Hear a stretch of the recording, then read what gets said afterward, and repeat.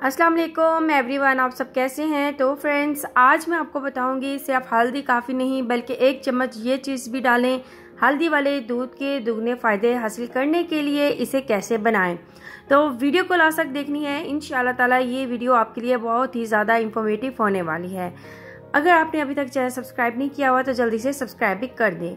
सर्दी में हल्दी वाला दूध पिया जाता है क्योंकि इसकी तासीर गर्म होती है, लेकिन आज हम इस दूध के फ़ायदे डबल करने का ऐसा तरीका बताएंगे जिससे आप दुगना फ़ायदा उठा सकेंगे।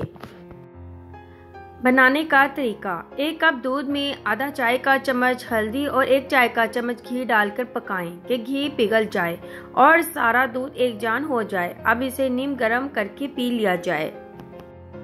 नज़ला, जुकाम और सर्दी। रात को सोने से पहले नीम गर्म घी वाला हल्दी दूध पीने के सर्दी के तमाम मुज़र असरात जिस्म से कम हो जाते हैं। ख़ास तौर पर फ्लू, गला ख़राब और बुखार से निजात देता है और क़ुव्वत मुदाफ़त बढ़ाता है।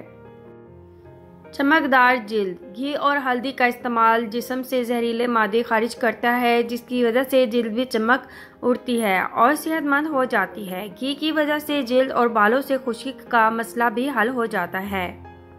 हड्डियों की मजबूती। दूध में कैल्शियम और घी में विटामिन के मौजूद होता है जो जिस्म में कैल्शियम जज़ब करने की सलाहियत को बढ़ाता है। इस तरह ये दूध हड्डियों की मजबूती के लिए बेहतरीन है।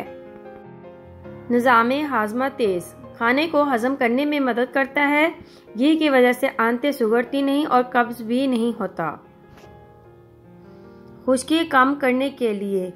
सर्दी के मौसम में जिस्म में खुश्की की वजह से खारिश का मसला हो जाता है, जबकि हल्दी और घी की वजह से जिल्द में नमी बरकरार रहती है और खुश्की की वजह से खारिश और जिल्द फटने के मसाइल नहीं होते।